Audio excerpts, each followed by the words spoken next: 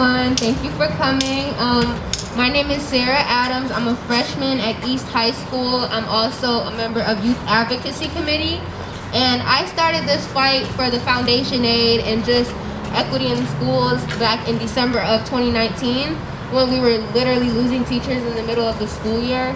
I joined the fight because we basically had no choice, and there were thousands of students who started.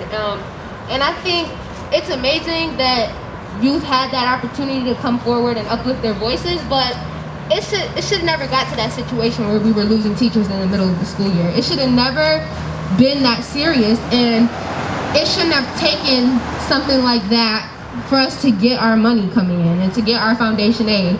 I'm very grateful that it's coming, and I'm so thankful that it's going to be fully funded, but it's so important that there's no type of complications with Cuomo. It's so important that Cuomo doesn't try to stop the funding or, cut it or not fully fund it or anything like that, because we need this. This money is to provide us a sound and basic education. That's literally what it is for.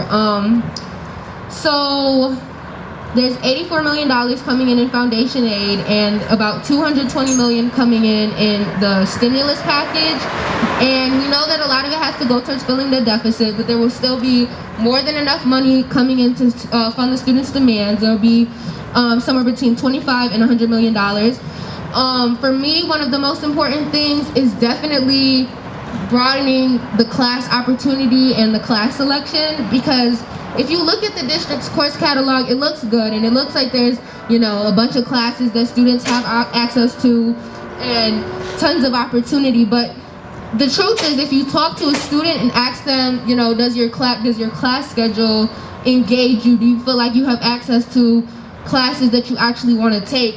A lot of students are going to tell you no, and that's either because their counselors or whoever they do class selection with isn't encouraging them to take these classes and isn't, really trying to tell them that they have these opportunities, or the school doesn't have the resources to provide these classes because either they don't have a teacher who has that training or they don't have the material, whatever the reason may be. And that should change, because one of the things is we learned how to work remote this year.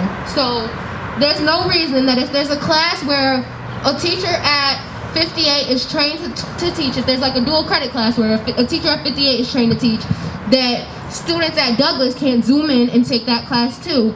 And then there's also career pathways that this money can be used to go towards as well. So for example, one of the biggest ones that for me is I'm in TLI, I go to East, so I have access to the TLI program, Teaching and Leadership Institute. And basically what that class is students get real life opportunity and real life experience in a classroom with younger kids in elementary school, and they get to basically learn how to be a teacher, and they get college credit. Senior year there's an internship, and that's an amazing opportunity. And I think with this money coming in, there's no reason that we shouldn't be expanding that opportunity and giving it to more students. So I definitely think that class selection is one of the biggest things that we need to work on with the money coming in. So next up, I'm going to introduce Bree Williams, because along with class selection, that comes with curriculum, and that's another big thing. So.